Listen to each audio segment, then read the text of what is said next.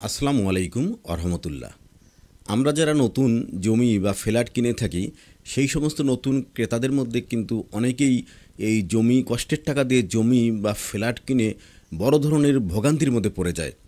বিশেষ কিছু বিষয় না জানার কারণে আসলে জমি বা ফ্ল্যাট কিনতে গেলে কোন গুরুত্বপূর্ণ বিষয়গুলো আছে যেগুলো যাচাই করতে হবে, যে সাবধানতাগুলো সেগুলো না জানার কারণে কিন্তু এই কষ্টার্জিত টাকা দিয়ে জমি বা ফ্ল্যাট কিনে নিরাপদে ভোগ দখল করার পরিবর্তে সেই জমি বা ফ্ল্যাট রক্ষা করার জন্য চাকরি, ব্যবসা বাণিজ্য, পেশা এগুলো সব ছেড়ে সেই জমি বা ফ্ল্যাটের এই মামলা মোকদ্দমা অনেকে পড়তে হয়, কোর্ট কাছারিতে ঘুরতে হয়, সেই সাথে অনেক প্রভাবশালীদের কাছে ধর্ণা দিতে হয় তার এই জমি বা ফ্ল্যাট শুধুমাত্র রক্ষা করার জন্য। অথচ কেনার আগেই যদি আমরা কিছু সাবধানতা বা কিছু কৌশল যদি জেনে নেই, তাহলেই কখনোই আমরা জমি বা ফ্ল্যাট কিনে এই ধরনের হয়রানি বা বিপদের মধ্যে পতিত হব না।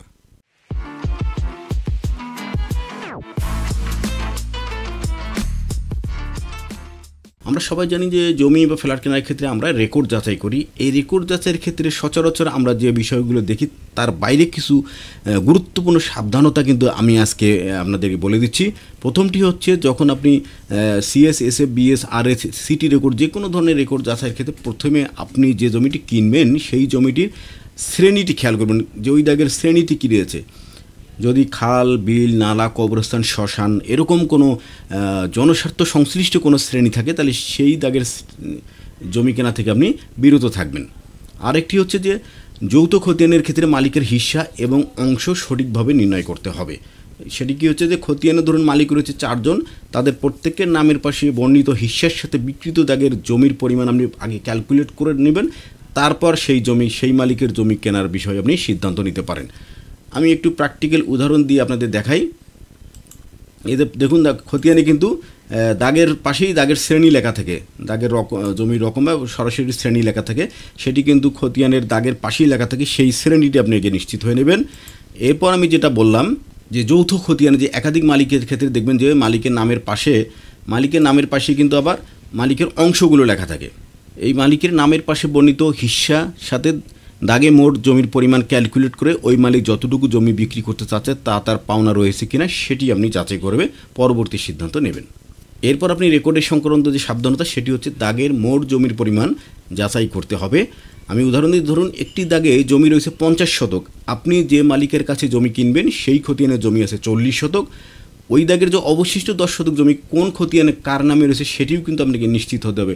অনেক ক্রেতা কিন্তু এই বিষয়টি খুবই অবহেলা করে, বা এই বিষয়টি তার অজ্ঞতার কারণে কিন্তু এই যাচাই না করার কারণে, এই ভুলের কারণে কিন্তু জমি বা ফ্ল্যাট কিনে অনেক মালিক পরে ভোগান্তিতে পড়ে যায়। এখানে খেয়াল করুন, আমি একটি খতিয়ান দেখাচ্ছি। খতিয়ানে কিন্তু দেখবেন যে বাংলায় লেখা থাকে দাগে মোট জমির পরিমাণ, অর্থাৎ দাগের মোট পরিমাণ বা দাগে মোট জমির পরিমাণ। এখানে কিন্তু এই খতিয়ানে যে 3টি দাগ রয়েছে সে প্রত্যেকটির কিন্তু অনেক জমি রয়েছে, অর্থাৎ তার মধ্যে কিছু অংশ এই খতিয়ানে রয়েছে, বাকি অংশ কিন্তু অন্যান্য খতিয়ানে রয়েছে। এই যে দ্বিতীয় যে দাগটি, সেখানে দেখুন মোট জমি কিন্তু ওই দাগে মোট জমি 7 একর 3 শতক, আর এই খতিয়ানে ওই দাগে 7 একর 3-এর মধ্যে এই খতিয়ানে রয়েছে মাত্র 84 শতক।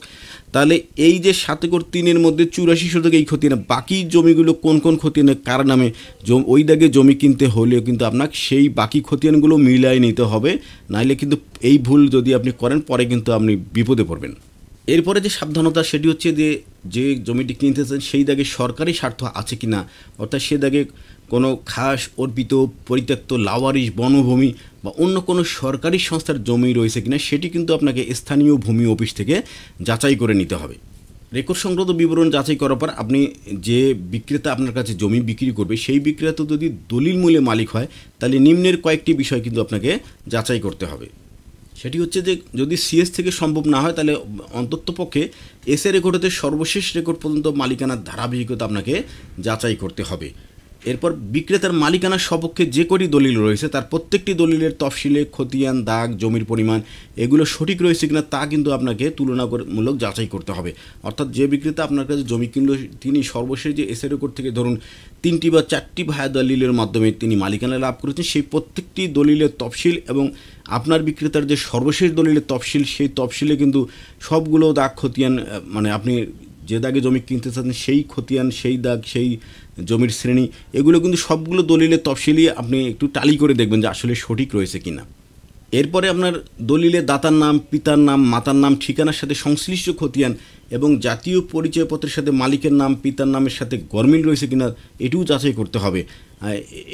এটা এই কারণে বলছি, এগুলো কিন্তু অনেকে এই ভুলটি করার কারণে পরবর্তীতে যখন তিনি জমি কিনে নামজারি করতে যায় বা ব্যাংক থেকে ঋণ গ্রহণ করতে যায়, তখন কিন্তু এই দলিলদাতার এবং খতিয়ানের মালিকের নামের গরমিল থাকার কারণে কিন্তু অনেক ভূমি মালিক এই ধরনের ভোগান্তিতে ভুগতে হচ্ছে। তারা কিন্তু আবার মিসকেস করতে হচ্ছে, নানান ধরনের হয়রানির শিকার হতে হচ্ছে শুধু সামান্য একটু ভুলের কারণে। আমি একটু উদাহরণ দিই।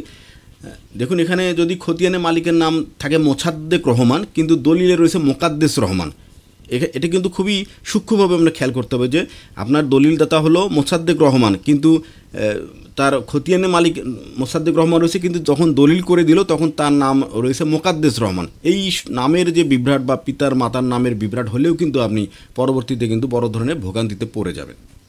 এরপর আরেকটি সাবধানতা হলো, দলিলে বর্ণিত কলমি বা হাত নকশায় চিহ্নিত জমির সাথে মৌজা ম্যাপ এবং বাস্তবে জমির অবস্থান নির্ভুল রয়েছে কিনা সেটি নিশ্চিত হতে হবে।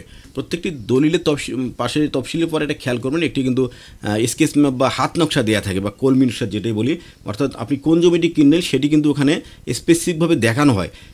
এই যে দলিলে যে আপনার স্পেসিফিকভাবে নকশা চিহ্নিত করে জমিটি দেখানো অবস্থান দেখানো হলো, সেই দলিলের নকশার অবস্থানের সাথে বাস্তবে আপনার জমির অবস্থানটি নির্ভুল রয়েছে কিনা সেটি কিন্তু যাচাই করতে হবে। এটি এই ভুল কিন্তু বেশিরভাগ ভূমি মালিকই করে। দলিলে উনি স্কেচটা অনেকে খেয়ালও করে না যে নকশায় আসলে কোন জমিটি দেখানো হয়েছে। পরবর্তীতে যখন উনি দখল নিয়ে পার্শ্ববর্তী ভূমি মালিকের সাথে কিন্তু এই দখল নিয়ে তার দেখা গেলো বাস্তবে তার দখল এক জায়গায় এবং দলিলে তার নকশায় এক জায়গায়। আমি এখানে আপনাকে ক্লিয়ার করে দিই, দলিলের যে নকশায় হাত নকশায় যে আপনাকে যে জমিটি চিহ্নিত করা থাকবে, আপনি কিন্তু আইন আদালতে গেলে সেই জায়গাটি আপনাকে বুঝে নিতে হবে। আপনার দখলের সাথে যদি নকশার মিল না থাকে তাহলে কিন্তু আপনি দলিলের নকশায় আপনাকে বুঝে নিতে হবে। আপনি ভুলভাবে যদি কোনো জমি দখল পেয়ে থাকেন সেটি কিন্তু কোনোদিনই আপনি ধরে রাখতে পারবেন না। আরেকটি বিষয় খেয়াল রাখতে হবে, সেটি হচ্ছে বিকৃত জমির সাবেক দাগের সাথে হাল দাগের মিল রয়েছে কিনা, অর্থাৎ সিএস, এসএ, আরএস, বিএস, এই যে প্রত্যেক দাগের যে পরিবর্তন হয় একটি রেকর্ডের পরে, সেই পুরাতন দাগ এবং নতুন দাগের কিন্তু তুলনামূলক পর্যালোচনাও আপনাকে করে দেখতে হবে। এরপর যদি আমরা ওয়ারিশ বা এজমালি সম্পত্তি কোনো ওয়ারিশের কাছ থেকে সম্পত্তি কিনি, সেক্ষেত্রে প্রথমেই যে সাবধানতা অবলম্বন করতে হবে সেটি হচ্ছে ওই বিক্রেতা ওয়ারিশ সূত্রের বিক্রেতার তাদের কোনো বন্টন নামা রয়েছে কিনা। বেশিরভাগ ক্ষেত্রে আসলে আমাদের দেশে বন্টননামা পাওয়া যায় না। চেষ্টা করবেন যদি বন্টন থাকে বা খুবই ভালো, আর না হলে পরবর্তীতে আপনি যেটি দেখবেন সেটি হচ্ছে তিনি যখন বন্টন ছাড়া ওয়ারিশ সূত্রে জমি বিক্রি করবেন তখন আপনার নিকট একটি ওয়ারিশ সনদ সরবরাহ করবে। সেই ওয়ারিশ সনদে তাদের প্রত্যেক ভাই বোনের নাম রয়েছে কিনা। অনেকে কিন্তু ইউনিয়ন পরিষদ চেয়ারম্যান বা সিটি কর্পোরেশনের মেয়র বলেন, পৌরসভার মেয়র বলেন, যে কোনো একটি কৌশলে কিন্তু দুই একজন ওয়ারিশের নাম বাদ দিয়ে তারা কিন্তু জমি বিক্রির চেষ্টা করে। এই জন্য ওয়ারিশ সনদটি আপনি কিন্তু স্থানীয়ভাবে যাচাই করে দেখবেন যে ওই প্রদত্ত ওয়ারিশ সনদে প্রকৃতপক্ষে তার কোনো ভাই বোনের নাম বাদ দেওয়া হয়েছে কি না। ওয়ারিশ সনদ যাচাইয়ের পর আপনি ঘরোয়া আপোষ সূত্রে ওই দাগের বিক্রেতার জমির সীমানা পিলার সহ ভোগ দখলের বিষয়টি নিশ্চিত হবেন। আপনি ওয়ারিশ সনদ যাচাই করার পর দেখলেন যে না, ওয়ারিশ বাদ দেওয়া হয়নি, প্রত্যেকটি ওয়ারিশের নাম রয়েছে।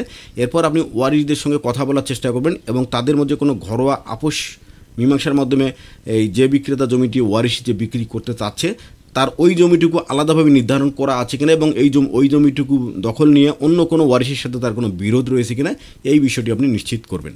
ওয়ারিশের সম্পত্তির ক্ষেত্রে যে লাস্ট আমি যে একটি অপশন বলবো, এটি কিন্তু বেশিরভাগ জমির ক্রেতা কেনার সময় এটি গুরুত্ব দেয় না।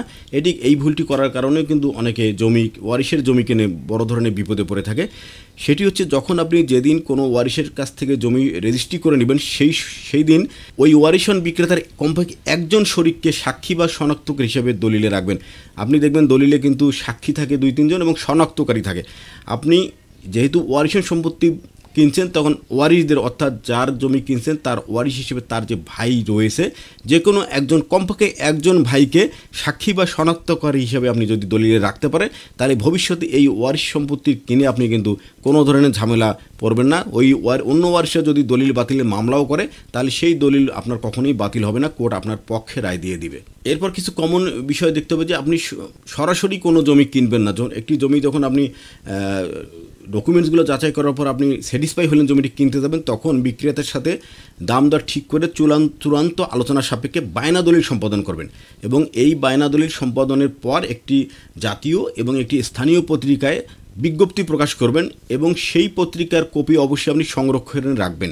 তাহলে হবে কি, আপনি অংশীদারের কর্তৃক যে টাকা দাখিলের যে বিপদ, অনেক অংশীদার কিন্তু পরে শরিকরা আপনি জমি কিনলেন, কিছুদিন পরে উনি এসে আবার কোর্টে, যেটা আমরা পিয়ামসাম বা অগ্রক্রয় অধিকার বলি, ইউনিয়ন পর্যায়ে যেটা সুযোগ আছে, সেই ভোগান্তি থেকে কিন্তু আপনি বেঁচে যাবেন যদি আপনি বায়না দলিল করার পরে, যেহেতু বায়না দলিলের পরে 3 থেকে 6 মাস রেজিস্ট্রি সময় পাওয়া যায়, এর মধ্যেই আপনি একটি জাতীয় এবং একটি স্থানীয় পত্রিকায় বিজ্ঞপ্তি দিলে সেটি কিন্তু প্রচার হয়ে গেল, তাহলে কোর্ট কিন্তু আপনাকে, আপনার যারা বিপক্ষে টাকা দাখিল করবে তারা এই পত্রিকার কপি দেখালেই আপনি যে গোপনে জমিটি কেনেননি সেটি কিন্তু কোর্টের কাছে স্পষ্ট হয়ে যাবে। আরেকটি বিষয় খেয়াল করার চেষ্টা করুন যে জমিতে কোনো ধরনের মামলা বা আদালতে নিষেধাজ্ঞা রয়েছে কিনা। সেটি আসলে আমাদের দেশে এখন পর্যন্ত এটি একেবারে নির্ভুলভাবে যাচাই করা কঠিন। তারপরে আপনি স্থানীয়ভাবে এই ক্রয়কৃত সম্পত্তিতে মামলার বিষয়টি জানার চেষ্টা করবেন। আরেকটি খুবই গুরুত্বপূর্ণ বিষয় রয়েছে, সেটি হচ্ছে কোনো জমি কেনার আগেই ওই জমিটি কোনো ব্যাংক বা আর্থিক প্রতিষ্ঠানের নিকট মর্গেজ, বা যে জমিটি কিনতে চাচ্ছেন সেই জমি কোনো ব্যাংক বা আর্থিক প্রতিষ্ঠানের নিকট মর্গেজ বা দায়বদ্ধ রয়েছে কিনা, বা কোনো ব্যাংক থেকে ঋণ নেওয়া হয়েছে কিনা সে বিষয়টি নিশ্চিত হতে হবে।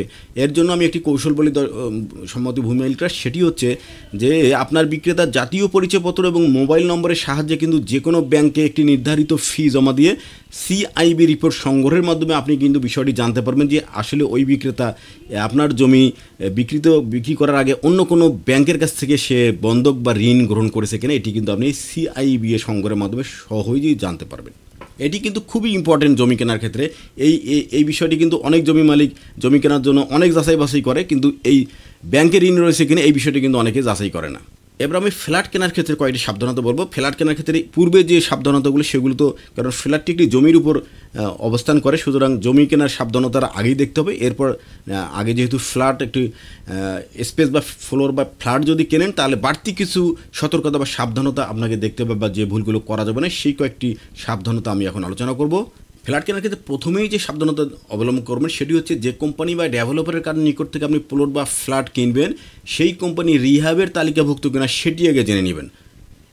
এরপরে ডেভেলপার বা রিয়েল এস্টেট কোম্পানির নিকট থেকে ফ্ল্যাট কিনতে হলে জমির মালিক এবং ওই যে কোম্পানির মধ্যে অপ্রত্যাহারযোগ্য পাওয়ার অফ অ্যাটর্নি এবং এগ্রিমেন্ট ডিড থাকে, সেই এগ্রিমেন্ট ডিডের সঠিকতা যাচাই করবেন এবং এই এগ্রিমেন্ট ডিডের মধ্যে যে শর্তগুলো বর্ণনা করা আছে সেই শর্তগুলো ভালোভাবে পড়ে নেবেন।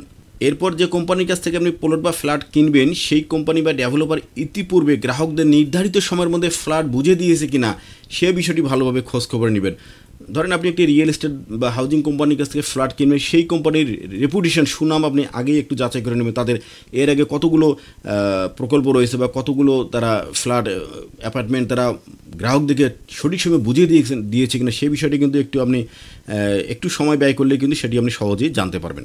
এই ফ্ল্যাট কেনার ক্ষেত্রেও কিন্তু একটু সেই ফ্ল্যাটও কিন্তু ওই ডেভেলপার বা রিয়েল এস্টেট কোম্পানিগুলো কিন্তু ঋণ গ্রহণ করতে পারে। সেই আপনার কাছে যে ফ্ল্যাটটি বিক্রি করতে চাচ্ছে সেই ফ্ল্যাটের এগেনস্টে কোনো ঋণ নেওয়া আছে কিনা বা বন্ধক দেওয়া হচ্ছে কিনা সেটিও কিন্তু ওই যে সিআইবি রিপোর্টের মাধ্যমে আপনি এটি জানতে পারবেন, সেটি আপনাকে যাচাই করতে হবে। এরপর রিয়েল এস্টেট উন্নয়ন ও ব্যবস্থাপনা আইন 2010-এর 9 ধারা অনুযায়ী মূল্য পরিশোধ হওয়ার পর অনূর্ধ্ব 3 মাসের মধ্যে দলিল সম্পাদন ও ফ্ল্যাটের দখল বুঝে নেবেন। আপনি যখন একটি ফ্ল্যাট কিনবেন তখন তাদের সঙ্গে যে চুক্তি হবে আপনার সেই চুক্তির টাকাটি পরিশোধ হওয়ার পর পরিশোধের তারিখ থেকে পরবর্তী 3 মাসের মধ্যেই কিন্তু আপনি সেই ফ্ল্যাটের বা প্লটের দলিল সম্পাদন করবেন এবং ফ্ল্যাট এবং প্লটের দখল বুঝিয়ে নেবেন। এটি কিন্তু এই রিয়েল এস্টেট উন্নয়ন ও ব্যবস্থাপনা আইন 2010-এর 9 ধারায় কিন্তু পরিষ্কার বলা হয়েছে, যদি আপনি 3 মাসের মধ্যে দলিল সম্পাদন এবং ফ্ল্যাট দখল বুঝিয়ে নেন তাহলে কিন্তু আপনি পরবর্তীতে আইনগত জটিলতা এবং ভোগান্তি থেকে বেঁচে যাবেন। সর্বশেষ যে বিষয়টি দেখবেন সেটি হচ্ছে যে ভবন নির্মাণে নগর উন্নয়ন কর্তৃপক্ষের অনুমোদন আছে কিনা, এই বিষয়টিও কিন্তু আপনাকে অবহেলা করা যাবে না। এই তাদের যে অ্যাপ্রুভমেন্ট সেটিও আপনাকে যাচাই করে নিতে হবে। এই বিষয়গুলো যদি আপনি ভালোভাবে খেয়াল করেন এবং সাবধানতার সাথে যাচাই করেন তাহলে যে কোনো ধরনের জমি বা ফ্ল্যাট কিনা অবশ্যই আপনি নিরাপদে বসবাস করতে পারবেন।